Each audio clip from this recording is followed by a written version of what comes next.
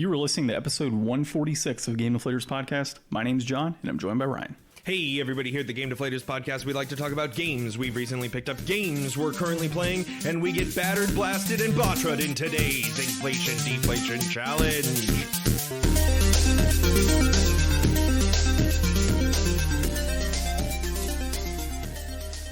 For all of you who don't know, Batra is the real king of the monsters. You know, I actually thought that was a lot better than you anticipated. Yeah. I sometimes I undersell myself, but you know, I take pride in crafting these little clever one-liners, and I'm very happy with them. To the little last minute today, but still fine. Better than the game, anyways. I actually kind of liked it, but we'll get into that in a little bit later. For this episode in particular, we've got a few things. The first reason why we played Godzilla is we're going to be discussing the worst PlayStation 4 games. We will also have a little conversation around Atari denying that it is owned by Soulja Boy. And Pokémon Legends, apparently the new game, all the Pokemon are going to go extinct. So let's hear that little fan theory as well. But to start out, if you're listening to us on a podcast application, subscribe. You can also find us on thegamedeflators.com. Find us on social media at The Game Deflators on Facebook and Instagram. And, of course, find us on Twitter at Game Deflators. That being said, let's start with our recent pickups. Ryan, you kick it off. Okay, so I ordered my first online order from GameStop that I've ever ordered, and it wasn't video games. I got a Gundam-themed mouse and mouse pad for my home, and I'm excited about that.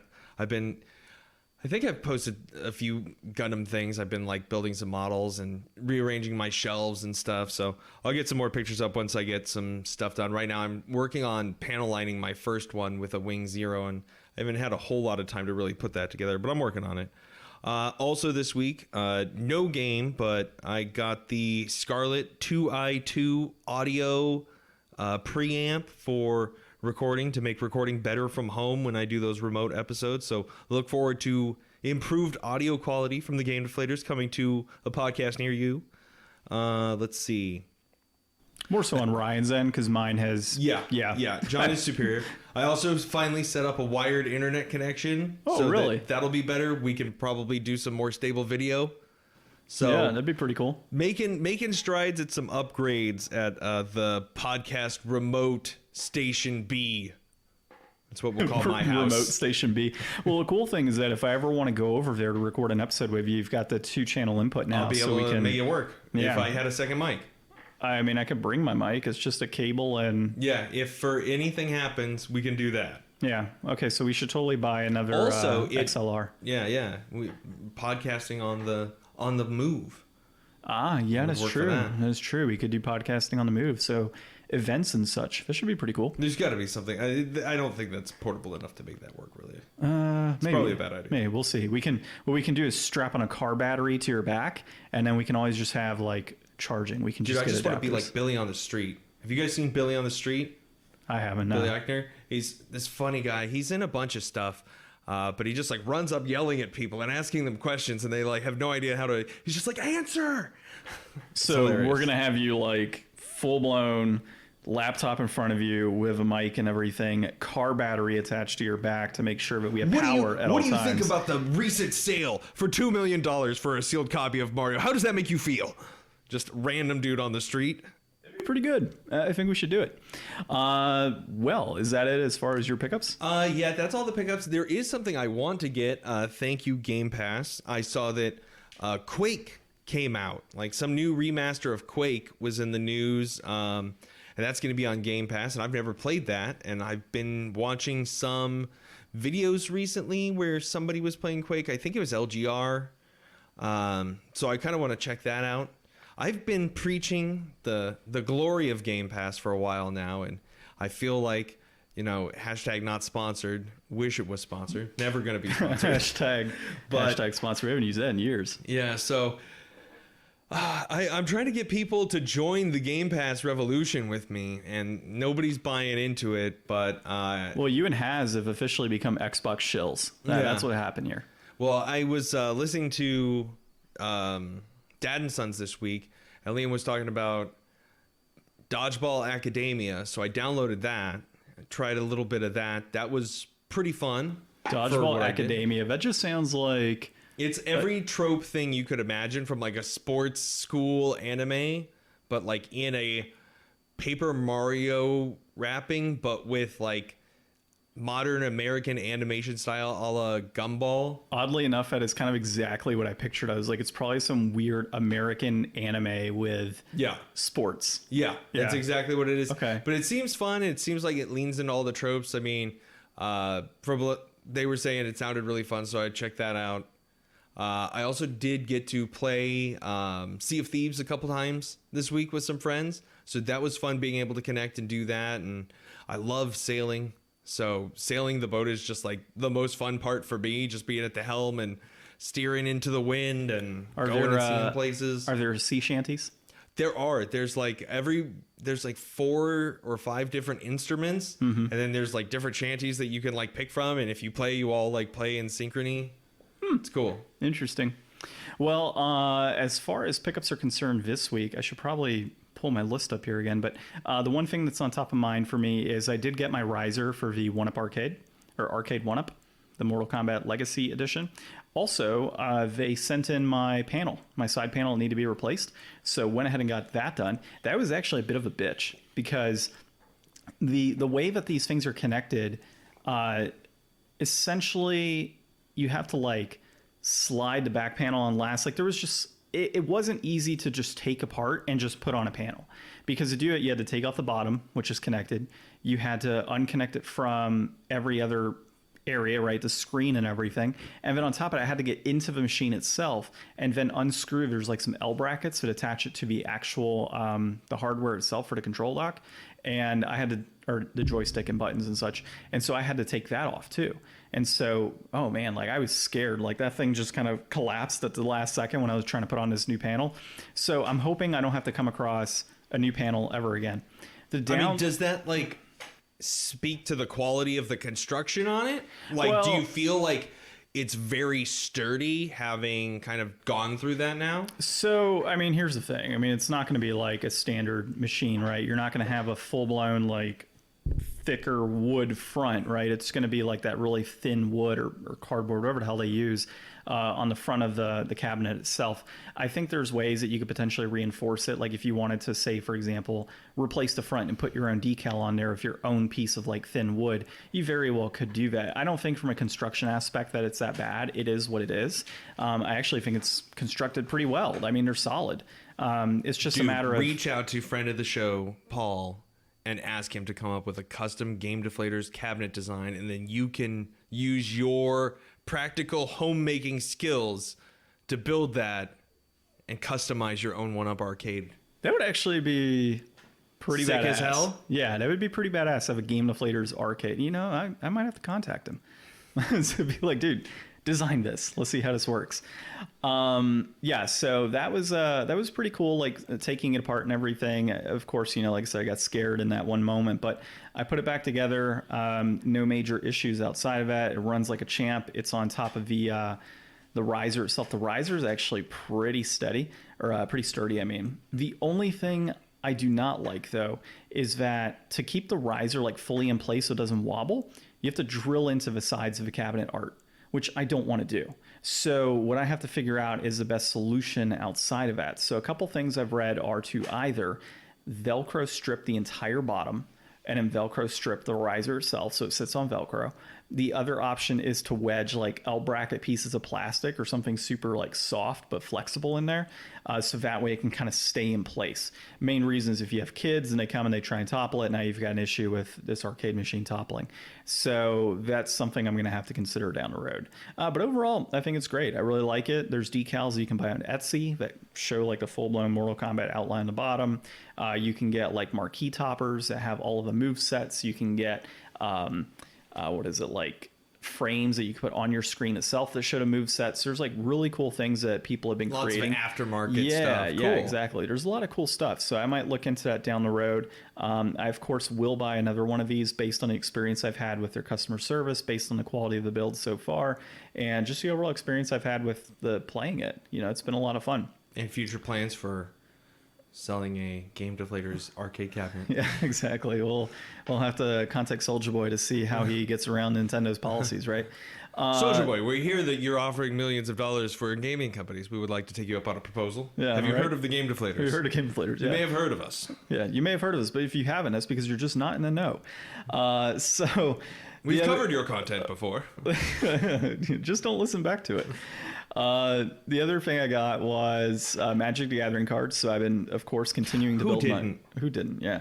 I've been trying to build up my Goblins deck. I've also been selling cards as well, in addition to that. So a lot of the cards from the collections I picked up recently, I've been flipping them, on TCG and kind of had a little store up and all of that. So I've already made, 4 sales for about 17 cards and, I don't know, 30 something bucks roughly, which isn't bad. So I'm just selling commons, uncommons, nothing super big, all like $1.50 rares and whatnot, or $1.50 commons and uncommons.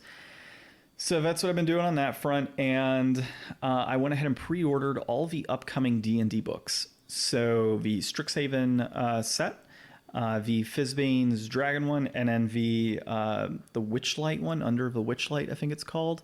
And Are they all adventures? No. So the Fizbane's is supposed to be a campaign setting or like supplemental guidebook, which is pretty cool cover.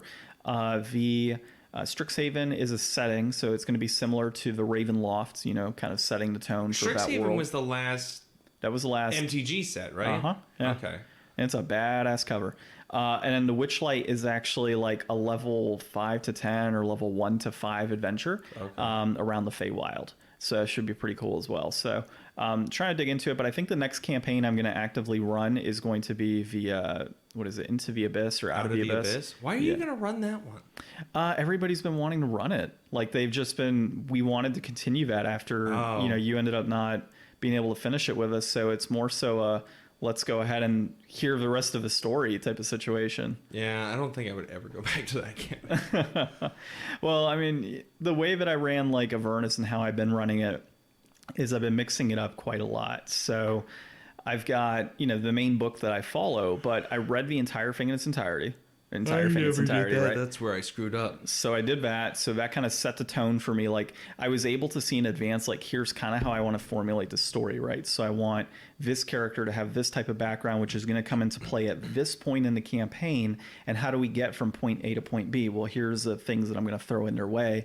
And so I would say out of what I've run so far, I would say it's been about 75% story, 25% homebrew in what I've done so far. And there's been a number of situations that I've thrown at the characters that have been homebrew. And, I've kept it fresh for myself in a sense where instead of going directly by the book, I've been keeping it very fresh and just kind of throwing things their way and kind of recreating things and creating like little stories within the game. So, for example, when I had Baphomet come out, Baphomet's not supposed to come out in that part of the campaign.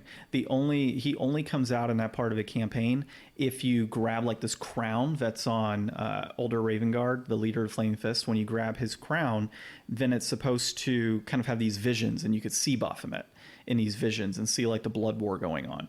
There's nothing tied to Baphomet outside of that at all throughout the entire campaign from what I've read. You can put him in a homebrew, which is what I did, and I put him in like to a dreamscape type of world, and kind of like what you did with me with that Demon Lord and Out of the Abyss. Yeah, I created in a sense this connection with Justin's character where now he is in league with a Demon Lord and he doesn't have much of a choice. He kind of has to follow these orders or die.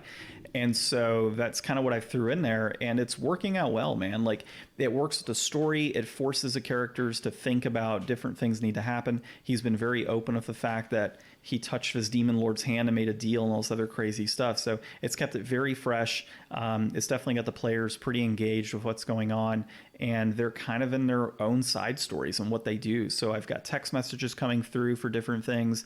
I've got people asking me questions on the back end about like, oh, well, what about this part of my backstory? And, what happens with this character and their backstory? So it's really working out nicely to have that in play. And, I'd probably do something very similar if Out of the Abyss.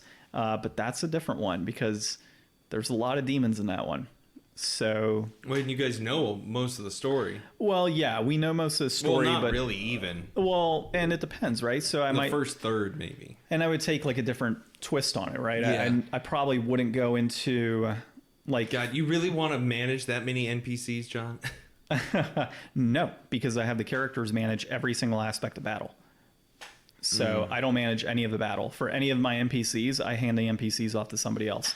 I'll manage a story component and them talking, but I don't manage any of the battle components. That's on the characters and or my players. And if they want to manage multiple players, they're more than welcome to. Otherwise, I'll kill some NPCs if need be and lower the monster difficulty. I think life's too short and D&D campaigns are too long to waste 2 years replaying the same campaign. I don't know if it'd take me 2 years. I mean, I've only been doing Avernus for, 8 months now, give or take a month off in terms of, Well, but I mean, like, that's what I'm saying. Like, if you spend a year playing a campaign and you spend another year playing the same campaign, you're spending 2 years playing the same campaign. Well, yeah, no, I get you. But I mean, I've played about 7 months total of Avernus with the players, and we just got to Avernus. We're on chapter 3. There's only 5 chapters. Okay. We're literally about halfway down with the campaign already. Well, better luck to you, my friend. Well, if you want to join, you're more than welcome to. Making it very obvious right now that I will not be. You sure you don't want to play the big, bulky French guy that you made? I forget what his name was. Oh, the Quaggoth. Yeah, the Quaggoth, yeah. Oh, gosh. I can't even remember his name. By the way, in Joel's campaign, he just put us face-to-face against Rigaldo.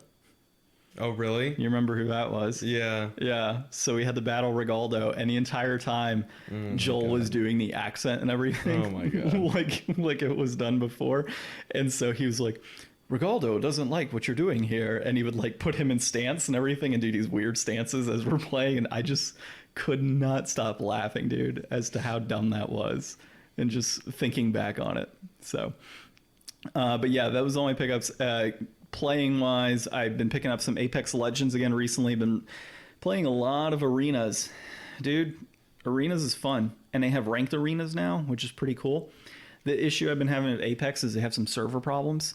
So I was into a server for Salt Lake City, and that server was just bouncing me for matches. I could be sitting there in a room with Justin. We'd all hit accept for the match, and then they would go into a match, and I would be sitting there lagged out, not able to do anything. And it's not like my internet's bad, because I'm able to stream movies, stream games, or not stream games, stream movies, stream TV shows, play games online like other games. Apex is the only issue I was having. So we got that solved. I'm now on an Oregon server, and that seemed to work well last night. And then I played a little more God of War the last few days. So I met the second dwarf brother, and that was about it. And then progressed a little bit beyond that. The dwarves are the best part. Yeah, so met him, and then we got to the base of a mountain, and then we saw like this black fog spewing out of a mouth. And then that was kind of where I stopped last night. So I'll pick up from there. And played a little bit more of Ori, which was a lot of fun. So my wife and I have, of course, continued to play that game. And it's been good. Yeah. But let's move on to our articles this week. So the first one is the worst PlayStation 4 games. This is DeVille Love, I think, or Low. Dude, my eyesight is so bad with these glasses. It's like Lou, L-O-U-W. So we'll say Lou. And he is at Fortress of Solitude. That is the publication that he runs, or website. So we obviously played Godzilla on this one. We got it off this list. This list is an interesting, like, there's so much on here that I know, and some things on here that I don't know, and some things that I'm like, okay, this makes sense. We'll go on through the list. We'll see. Okay, so first up on this list is Drawn to Death. I remember when this was coming out, it definitely looked interesting, and it seems like that's kind of the biggest gripe with it, is that that's where it kind of stops. It looks interesting and then doesn't have a lot there beyond that one. The Order 1886, I didn't even realize that was a launch title for the PS4, because I didn't get into the PS4 until like Final Fantasy 15. So I think that, the biggest disappointment with that is just that people were expecting, okay, PS4, this is going to be this big, awesome, gorgeous game. And it was a gorgeous game, but it was short and clunky. I feel like if this was a game that I borrowed from you and played, I would probably have a much better chance of appreciating it and enjoying it than people did then. So I bought that game as my second PS4 title, third PS4 title. It was the second one I beat. So I beat that horror game that you kind of make the decisions. I forget what it's called, right? It's got the skull on the front. I forget the name. But it's not a big deal. But Order 1886 was the next game I played. I absolutely love that game. Mm-hmm. I thought it was great. And I mean, I bought it for like $5, so there wasn't a whole lot of like, oh, that's I paid $60. You didn't pay $60 for a 5-hour game. I get it, but like at launch. But worst PlayStation 4 games, no.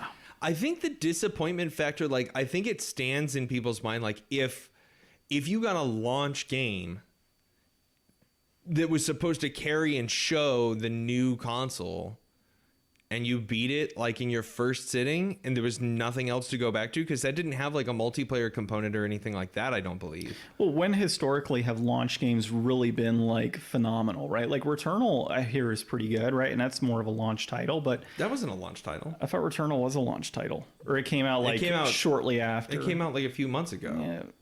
No, it's been out longer than that. Has it? I'm pretty sure, yeah. I don't know, dude. I don't have a PS5. I don't either.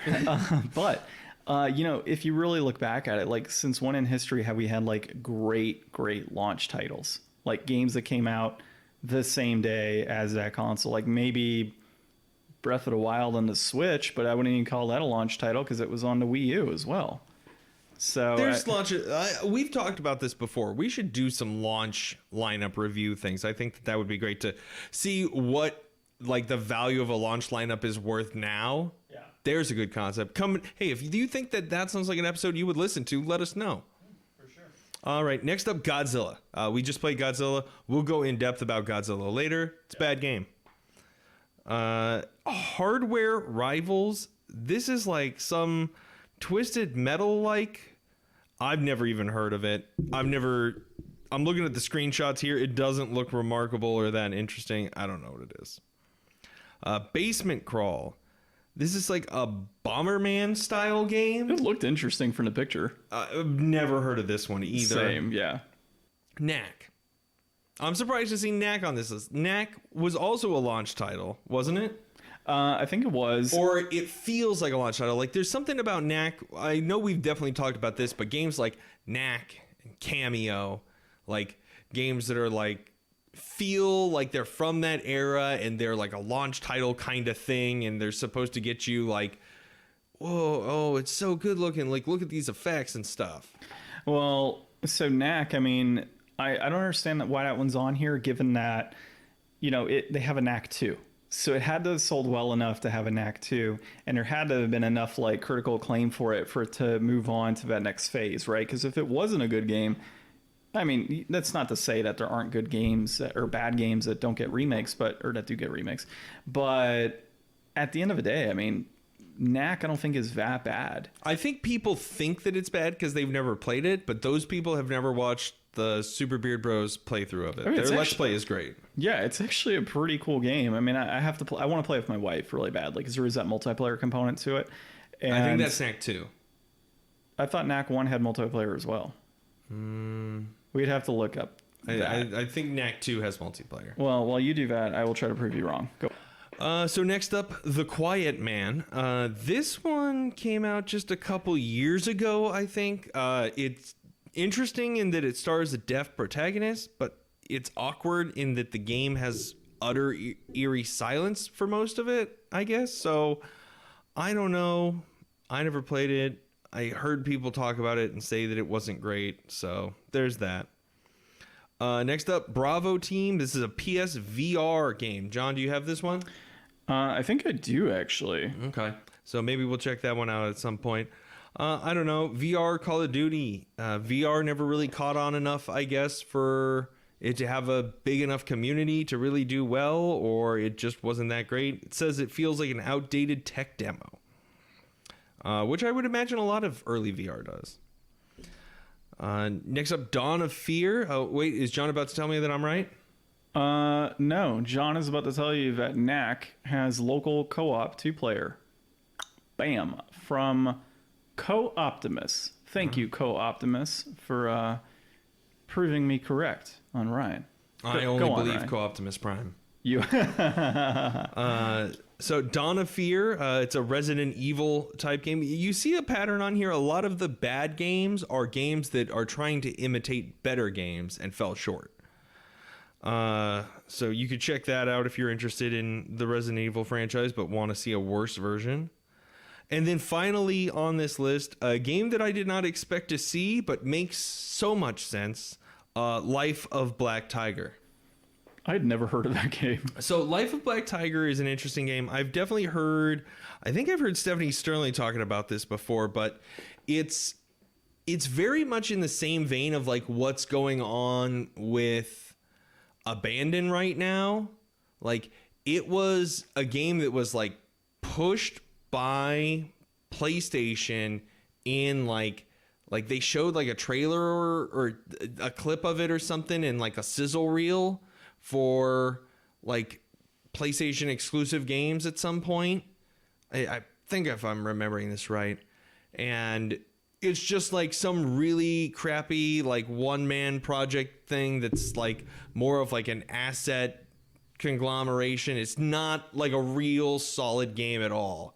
And it's, you know, I always feel bad kind of like criticizing indie people that are out there doing their best, but I don't really remember enough to say if it, you know, was like a genuine effort or if it was just kind of some kind of cheap attempt at cash in or who really knows. But I know that it was poor and overpriced and on PlayStation. Well, I would say that is a pretty decent list for the most part. I do own 3 of those games. I don't think that those 3 games I own, Godzilla, Order 1886, and Knack, should be on that list. What else belongs on this list? So what is missing from this list is Biomutant. That's one. Oh, okay. It was one of the worst games ever. I actually just saw a headline that it made its money back. Sold 1 million copies.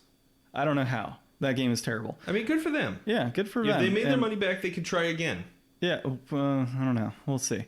I don't know. It's THQ Nordic, so I have like some of their stuff that's come out before. Although not the same. I think they just published it. But the other one I think that needs to be on there is Town of Light. Town of Light is by far one of the worst games I have ever played. And honestly, I only played like an hour and a half of it. And it was pretty rough. So you pretty much go to this town that's been abandoned for the most part, and you're just kind of searching through all these different buildings, and graphically it's horrible. It's super glitchy. The audio is crap. Like, it's just not good. And then the other one that should probably be on here is Agony. Agony is that was a huge letdown. Terrible game, a huge letdown. And you know, maybe I'll pick it up one day at the end, like a year from now. Hopefully they've fixed a bunch of bugs and patched stuff. I doubt it, but we'll see. I mean, that game literally physically made me sick because of just all the red and brown. Like, it's just so hard to differentiate where you're going.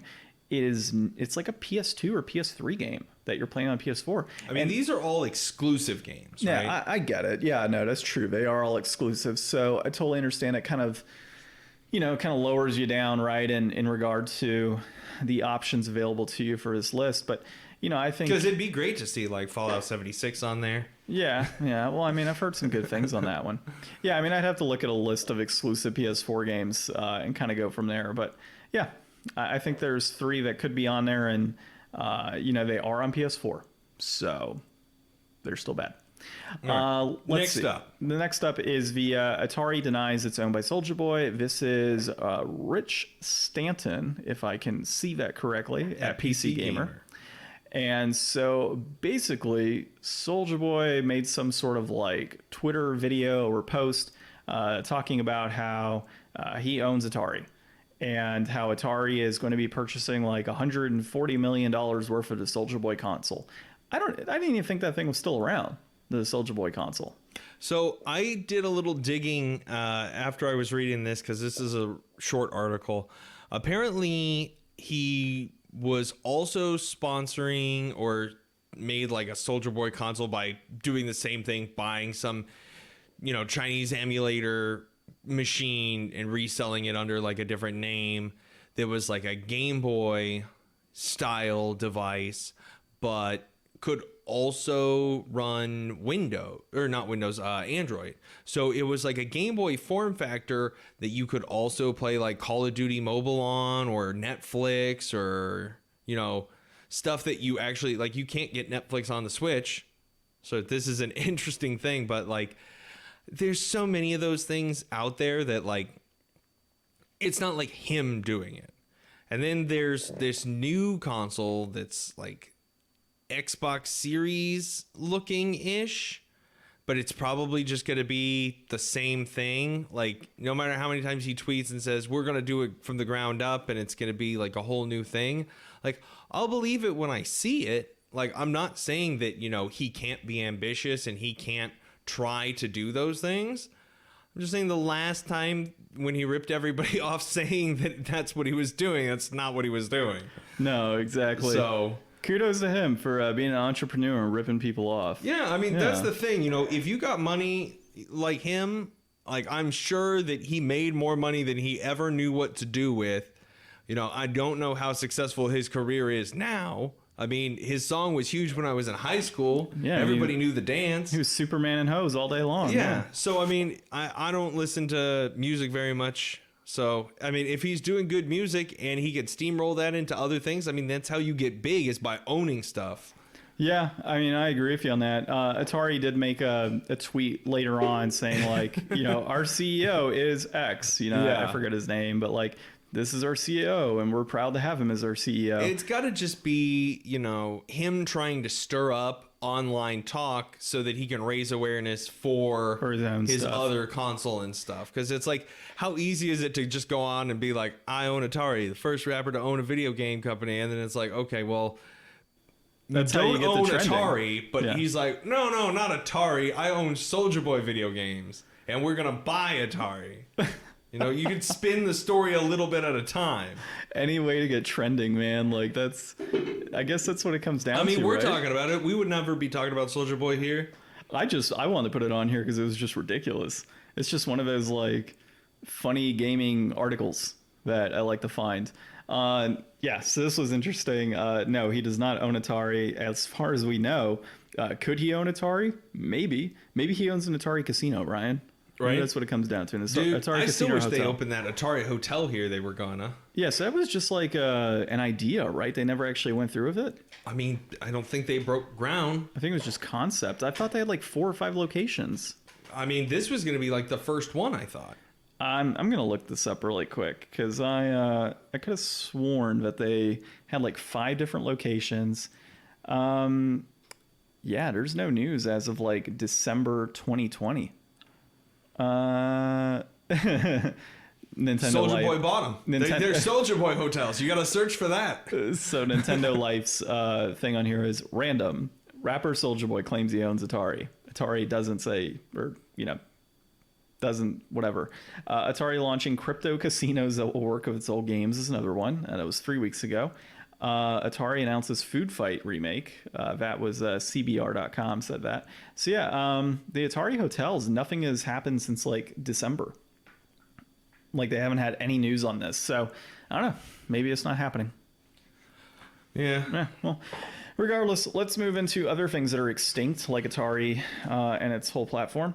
Pokemon Legends Arceus. The new Pokemon are probably going to go extinct. And this is Ian Walker at Kotaku. I could have sworn we had an Ian Walker article last week as well, or 2 weeks ago. Could be. Yeah, most likely. We do a lot of Kotaku.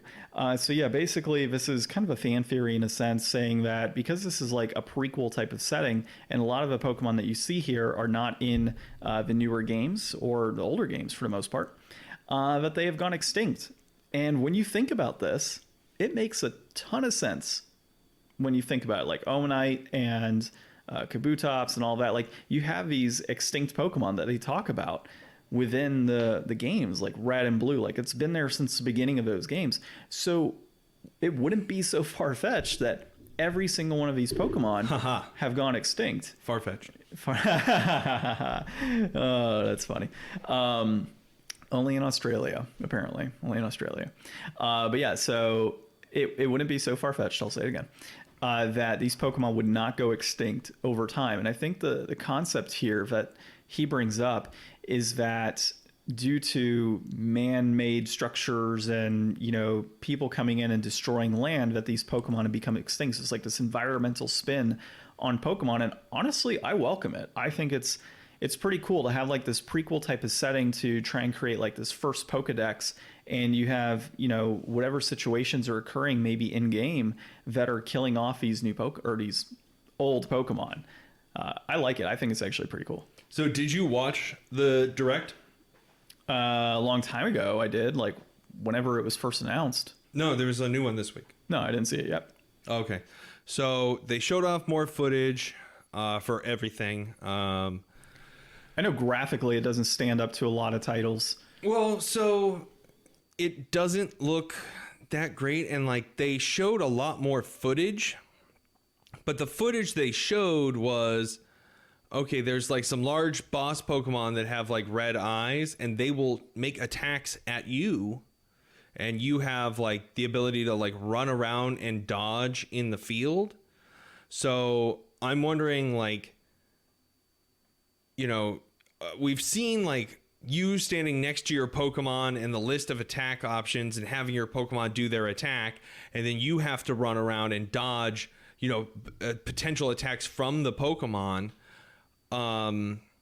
Why aren't we just controlling the movement of the Pokemon and being the Pokemon in more of a direct way, instead of still just having command attacks for the Pokemon, and you got to run around and dodge as the person in an engagement where you don't really exchange back blows or anything? Like, it doesn't read to me as like a more exciting or engaging like type of combat. It's a different kind of combat, but it's like, if you're going to have an active combat, just be the Pokemon. Yeah, I get it. But I mean, we got Pokken Tournament, right? And Smash Bros. But for that. Those are fighting games. No, I know. This is like an open world thing. It's I think that there's... Well, it makes sense, because think about it this way. If you were playing as a Pokemon, there'd be too many animations. That you would also have to consider, how do you control the actual movesets? At the end of the day, all you're doing in that respect is still doing this whole like turn-based combat where it's like, okay, I use X and I move forward. Like, you're not actively... I guess if you did it like the Final Fantasy VII Remake, where you're actively like in battle and having to select things, I could see that. Or Kingdom Hearts. Yeah, I could see that. But the thing is, like, those games work because you've got like a few main characters. Now imagine having to have like complex dodge animations and stuff for 130 Pokemon or something. Like, that becomes outrageous, especially with like, how do you control a flying one versus how do you control like a tiny Weedle versus a giant this? Like, I get that there's so many complications, but like, I think that this isn't the giant leap forward. I think people are really excited for this, and I think it's going to be ultimately the same thing feeling wise. Like, I don't think anybody's going to walk away from this being like, oh my God, I can't wait for the next one of this exact same thing. I think it'll just be like the first tiptoe into trying to do something different, and whatever doesn't get hated on will progress to the next stage. Well, and I think this kind of shows the limitations of a Nintendo Switch. You know, at the end of the day, like, if this was a game that was being produced on, say, like the PS5 or the Xbox Series X, you know, what would you be getting different than you are with Nintendo? I mean, Nintendo is pretty much running, to an extent, I would say, a high-powered PS3. You know, like, that's how I've always visioned it. So they're so far last gen. It's basically the Wii U. I don't think it needs like crazy good, but I think it's more so on the limitations of the hardware and other things that are like keeping this back. Like, if you had, I saw a picture, more power. Yeah, I saw a picture the other day that we had need like the Pro. There was a picture the other day that showed like a landscape view of Skyrim, or not Skyrim, sorry, Oblivion, actually, and showed like all the trees and the vast landscape and mountains and everything else that are tied to that particular title. And then they showed Pokemon, and it's like sparse little trees here and there, and it's like flat green field. Yeah. And yeah, it's a different type of graphic, right? Like, or different art style that you're going with. You're not going for that realism type of look. You're going for more of that animation, like anime style. And so I get it, what they're trying to do with that. But at the end of the day, is that console bringing down what could be a fantastic Pokemon game? Well, and I mean, look at what you can do with an art style like Dragon Quest. You know, Dragon Quest games look absolutely amazing. Or like if you've seen the new Tales demo that's out, like the fields and stuff in that look absolutely amazing. And it's like those aren't necessarily like, you know, crazy high def super graphics. Like they're very cartoony and stylized, you know. Well, and they still put in way more effort and they get way more out of it. Like everybody accuses them of doing it, and I think, you know, it's they haven't been working in a parameter where they can really do a lot. Like in a Pokemon game, you only have so many blocks that you're running through, and you can't have all of those be trees in a dense forest. But now that you're moving into like more of an actual environment, like you gotta step up that effort and make the world feel more believable. Well, I mean, we've only seen a handful of things, right? So for all we know, there are like dense forest like locations and cave systems and other things in this game that we're not fully aware of. And so I think it's more of a wait and see approach right now to kind of see how this pans out. I will get this game. Do you think it'll come out on time? I think it'll, like, do they delay Pokemon games? Has that ever happened? I mean, off the top of my head, I wouldn't know, probably. I mean, it wouldn't surprise me if they've delayed a game. But I mean, Nintendo, for the most part, has always been pretty deliberate as far as like putting their games out on a schedule. Like when they say they're going to deliver, they typically deliver. January, I think 28th. Of 2022? Yep. I mean, dude, that's 4 months, or let's just say 3 months of development and finishing this game so it can go out to print and be shipped out. Like, we'll see. I'm pretty confident this is going to be a good game. I think that if it is successful, that's only going to mean additional games of this style will be put out down the road. And that's more so why I'm looking to purchase this, because at the end of the day, I like the direction you're going here, right? So I want to support that, and I want to make sure that more games of this nature come out down the road. Now, does this become the next Pokemon Mystery Dungeon series, or does this replace the mainline series? I think this replaces the mainline series, because I think that the mainline series has become kind of stagnant in a sense. Yeah. You know, I've seen my wife play it, and it's a lot of the same old, same old. Yeah, there's upgrades, there's different things you can do, and Pokemon fans out there will shit all over us for, you know, kind of talking about it in disrespect. But we had an episode that we talked about, what was it, like a year ago, where we said Pokemon is dead. Yeah. You know, like it really is at the end of the day. Like a lot of, like, I would still play it. Just like these extinct Pokemon. My love for Pokemon. Your love for Pokemon. Well, my love for Pokemon will never go extinct, but my desire to play them and purchase them will. I mean, and you're talking to, like, or not talking to, but you're hearing two people that are in their 30s that have played Pokemon since it came out. Almost all of them. Yeah. like I think the last two are the only ones that I don't own. Yeah. So I own just about all of them except like Sword and Shield and the Mystery Dungeon games. I just haven't had an interest in those. But yeah, so I own a bulk of the titles.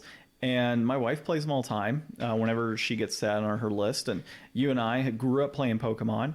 I don't know about you, but I remember, you know, printing out pictures and drawing and doing all these crazy things with Pokemon when I was a kid because it was that crazy. And so, you know, it's not to say we hate Pokemon. We love the Pokemon franchise and all that it is. But at some point it has to evolve. And so I think this is that evolution, pun intended. So I think this is the next step for Pokemon moving forward. And I'm going to support this. And whenever I have a kid and they're playing video games, like I want them to be able to see like this, you know, progression of Pokemon, like where it was with Red and Blue all the way up to whatever the heck is out at that point in their life. I hope they can turn it around. I would love to see them, you know, succeed at revitalizing and giving some new life. And well, they did with Pokemon Go. I mean, Pokemon Go is super. That's got its 5-year anniversary now too, if you could believe that. That's insane. I know. My mom still plays it. You were still playing it like a year ago. No, I stopped playing about 2.5 years ago. Oh, was it that long ago now? Yeah. I remember you guys used to all talk about it and go meet up on the weekends. And stuff. Yeah, but you know, stuff happens with people, and that just kind of, because of all that, we stopped playing. I think Joel was the last one to play, and he doesn't even play anymore. COVID killed it. Well, I wouldn't say COVID killed it. We all just kind of transitioned to Dungeons and Dragons. Yeah. So, because it's an easier way to just kind of hang out with friends and meet up, and there's a lot of fun tied into that. So, I mean, less walking. Yeah, less walking, more somebody talking. else. Yeah, talking and your character walking. All right, so the next part of our episode here is the 2014-2015 Godzilla release. So released in Japan like December of 2014, and it was released in the US or North America in July of 2015. So I say 2014-2015. But this was developed by Natsume. It was published by Bandai Namco. I could not find a designer on this one. The game type, it says action adventure fighting. I guess you could say that. I would say more like world destroying. It's like a third-person arena fighter. Yeah, it's interesting where you crush buildings. If you've ever played War of the Monsters, very similar to that. Reception is in the 3 to 4 out of 10 range, roughly. 3 is the lowest. You got like 1.5 in there, and then a bunch of 4s, like a 4.5 that came out. So my overall thoughts on this game, you know, we played it for about 30 minutes to an hour, played a couple different modes. We played the King of Monsters mode where you have like this stage type of situation where you start stage 1 and you can kind of have a branching path in a direction you want to go, whether that's, you know, in our case, we went to like Star Fox. Yeah, we went to like this Ferris wheel type of area where we had to destroy these energy buildings essentially. And to your point, every mission, you got to destroy these energy buildings. Well, the ones that we played. Oh, and true. then, yeah. And then you have, like Ryan said, the Star Fox type of situation where these characters that are talking about like, oh, Godzilla, you know, has to destroy the following, or like Godzilla is going to destroy this building. So it's really weird because like in Star Fox, you have, you know, the different characters that are talking to Fox about what he has to do. But in this particular game, you're actively playing Godzilla and trying to destroy things. And you have these like animated characters coming up talking about how, oh no, Godzilla's heading for this. Oh no, Godzilla's doing this. Like, in a sense, they kind of tell you the mission and what you have to do, but they're doing it in a sense that like they're combative and defensive, like they need to stop Godzilla. And so that was pretty cool. I felt that the controls were a little limiting in what we were playing. The destruction meter was cool, being able to go around, destroy buildings, but I would like to have seen more like boost essentially to Godzilla. So like as that destruction meter increases, not only just his size, but more of his power kind of comes out as more things are destroyed. And from what we experienced in playing, it was a new Godzilla that you play with, because there's various Godzillas you can play with in this game. You have like your beam that you could shoot out of your mouth. You've got your standard claw attacks, your tail whip, and then a charge. And that's about it. That's what you're limited to. And then there are several boss battles that occur within the actual like piece that we played on that end. Then there's like the Great Kaiju mode that you played, or King of Kaijus or something mode. And in it's like a boss rush. Yeah. You gotta, how fast can you beat 6 bosses in a row? Yeah, or how fast can they beat you? Yeah, how fast can... Was it Barada? Barada. Yeah. So that was actually pretty interesting. Oh, no, Batra. Batra, yeah. How fast can Batra wreck your shit? Yeah, so that was pretty interesting because you have like a 5-stage, at least what we played was a 5-stage boss rush. Goes up to 6, yeah, so we lost. So you had like a Mecha Godzilla, you had Batra every time, Flying Batra. What is the Batra Revisited. What was the other one, like Anguirus? Oh, Anguirus. Anguirus is classic. And then there was Hedorah, I think was the other one. Yeah, Hedorah, I think was the name. Something like that. Yeah, it's the like muck monster one. Yeah, I'm not super familiar with the Godzilla franchise in that respect, like all the way back to his classic monsters. I love the classic Toho Godzillas. Yeah, I actually have like this super old Godzilla action figure on my shelf from like when I was a little kid. But the really cool thing about that mode, though, was that you saw the question marks and it said select your kaiju. Yeah, you can unlock probably a ton. Like it looks like there's a lot of content to be unlocked, but God bless the poor slob that wants to go through all of it to unlock that. Well, especially because like those other monsters seem like they all had way better move sets than Godzilla. So I would love to play somebody else, but you only start off with like 2 Godzillas. Yeah, and you have like 1964 Godzilla and like modern day Godzilla, or it's not 2014 Godzilla. Yeah. It's like, I guess it would be modern in 2014. It's pre our chubby American Godzilla. Although it did have him in the intro. Didn't it? No, and that's who you play in that one. It had that like chubby type of Godzilla. That Godzilla style has been around for a while. It was interesting to see like the blue like radiation or lightning kind of coming off his back. But here's the thing, man. The game itself is super clunky only because you're walking as Godzilla in like this giant city, and the other part was the tank controls. I think once you get past that, the tank controls and the overall like slow pace walking of Godzilla, it's actually not that bad. I mean, it works. It's just the thing that doesn't work about this is like how It is repetitive. Well, it's like such a limited move set, and it doesn't feel good. Like you've got your laser breath, and you're supposed to have like a sweep or like a blast. Either way, it takes forever to recharge, and it doesn't really do a whole lot. Like it's like, oh, this radiation blast that could turn a city to fire in seconds, but in reality, once every 5 seconds, you could blow up a small building with it. Yeah. Or a tank or a helicopter. Like you don't feel that strong. As you destroy stuff, you collect energy that makes you grow taller, and you've got like a size meter prominently displayed. But like we wrecked a whole level, destroyed everything in it, and we didn't even grow a meter taller. We went from like the low 54s to the high 54s because there's a decimal place. Yeah. And it's like, okay, he's big enough you probably wouldn't notice, but when you make the meter one of the biggest things on the screen and you make a big deal about that's what's happening, and it doesn't even do anything, and there's no like you would expect in a game like that to visibly be next to one thing and then visibly be next to another thing and see that difference. And that's a huge part of Godzilla. Like if you've seen Shin Godzilla, it's a huge part of like why they're all freaking out, because they're trying to like science out how he could possibly be growing that fast and gathering that much energy. Meanwhile, in this, it's like if you think about it, if you're on the ground looking up at Godzilla and he's destroying these buildings, we grew the equivalent of like 1.5 meters, which you think about that is like maybe 5 feet. So if you consider like Godzilla and its stature, and then like a little human looking up at Godzilla, you'd never know. You would never know that Godzilla grew that fast. Now over time, maybe, and maybe that's, you know, as you progress, you get bigger and bigger and bigger, and maybe you get more powers as you kind of progress through that setting. But yeah, I mean, that was just definitely very interesting, that component of it. But look, at the end of the day, 3 out of 4, I don't think is very deserving of this. I think a 6 out of 10 is going to be more so to area. I think the controls are the biggest problem. And I think that the clunkiness of just his punches and other stuff, I think there was a little bit of unfairness in the boss rushes where you were actively in the middle of punching an enemy and it just like breaks and starts punching you. They just don't give a shit. They just have iframes for days. Yeah, exactly. So I think there's a few areas like that are a bit broken, but I don't think it's an unplayable game by all means. And I wouldn't put it as the worst PlayStation 4 game out there. Okay. Unplayable is one way to put it.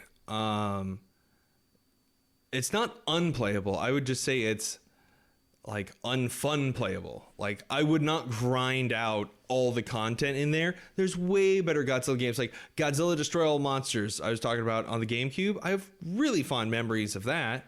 Well, maybe that's a game we play, because I have it. I think I've got it on the Xbox as well. But like I think that there's better ways to do Godzilla. I would love to see like this same game approach. Like I'm fine with like even the tank controls, but it's got to feel better, and it's got to be where like I want a game with better destructible environment where you can like swing your tail through and it'll cut off part of a building, and if it receives enough structural damage it'll go down, but otherwise it's just got this chunk missing. Like that would be cool and really utilize the power of like a next gen console in a cool way. I think the biggest disappointment with this game is just that it's poorly controlled. The combat isn't very rewarding or feel very good when you're doing it, and the whole thing looks like it's a generation older than what it was. It just didn't deliver in the way that a PS4 Godzilla title that goes for $200 should. Yeah, it falls flat in all those categories. So it's like, I'm not going to give it a number rating, but I don't think anybody on earth could argue that this is not inflated to the moon and beyond. Well, yeah, I would say based on the price is definitely inflated. And, looking at the building mechanics and when they fall down, it definitely did feel like PS2 War of Monsters and how those buildings collapse and such. But I think at the end of the day, that's just kind of what you got to do with that type of game when it is like that world destruction type of feeling. I really wish the levels were expanded a bit more, but I get it. They were all these little boxes. Yeah, it's got to be condensed to an extent. You got these like orange strips that outline the outside of the area to make sure that you don't go beyond those barriers. So it's kind of limiting in that respect, but I think it's pretty cool. So yeah, looking at brass tacks here, we've got the most expensive version is a complete in-box PS4 version, and the cheapest version is a loose PS4 version. Complete in-box, you're looking at $275 right now. $200.75. Okay, 275, Ryan. It peaked though at 278 in April of 2021. I should have sold my copy then. And then it is trending steady right now. It's not going up or down. A loose copy, oddly enough, is 20 cents less. So that's got to be an error as far as like eBay is concerned or price charting. But maybe nobody hardly ever sells it loose and it just basically goes for the same price. Yeah, maybe that's it. So $200.55 on that one. It peaked at $222.38 in May of this year as well, and that is also trending at a steady rate. Of course, we are going to say that this game is highly inflated for what you're getting out of it. But at the end of the day, it is kind of a collectible too. I think this was a very limited print run, if I recall. I want to say it was an exclusive to one of the retailers. It might have been GameStop that this was exclusive to. And when you start running into things like that, that's where your games begin to peak in value for these current just gens. because they didn't make any. Yeah, kind of like when you look at like Xenoblade Chronicles back when it was like stupid prices on the on a Nintendo Switch years ago. You've got a number of and there's a lot of actually exclusive retailer games out there on like PlayStation 4 that actually go for decent prices. This one, for whatever reason, I guess it was just more of a limited print run, and it skyrocketed up there for some I would weird say reason. This game is definitely in one of those positions like we get every so often. I got to imagine that there is a not small group of Godzilla merch collectors.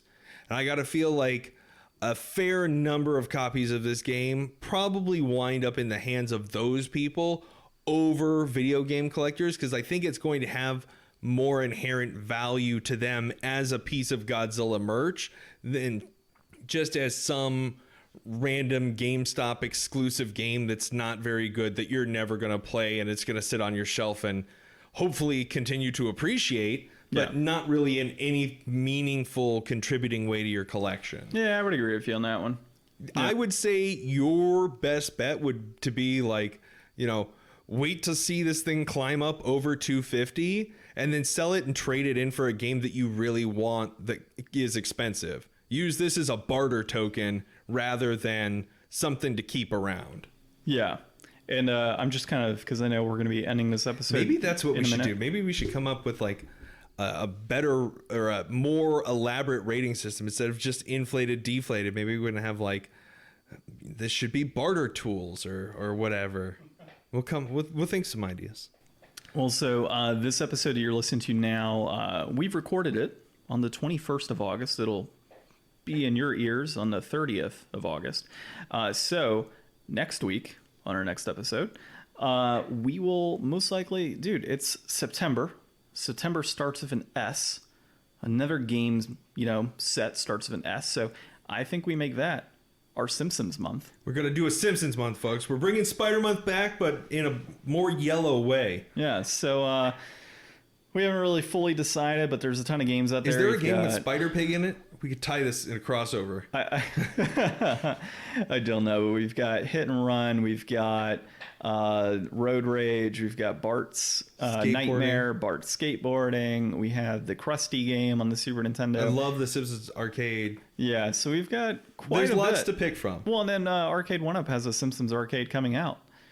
So if only, right? We'll never be able to get our hands on that. That'll be sold out immediately and scalped. I know, right? Like just everything else in the world right now. So yeah, I think it's gonna be a lot of fun. We got some cool games up there. I absolutely love me some Simpsons Road Rage. Wasn't a big fan of Hit and Run personally. Never played the skateboarding. We played Simpsons Wrestling about 2 years ago Yeah. or so. So we're not going to play that one because that's already been done. But dude, those Willie's the king. Yeah, Willie is the king in that one. He's like, what is it, Vega? And that's ridiculous. And then, of course, we've got the Super Nintendo and Nintendo titles that are out there that we'll be looking at. I don't think there's anything on GameCube, if I recall, outside of like Hit and Run and Road Rage, because that was PS2 era. So, well, we'll be playing that pretty soon, coming to your ears next week. But that being said, this has been episode 146 of the Game Deflators Podcast. My name's John. And I'm Ryan. Thanks for listening.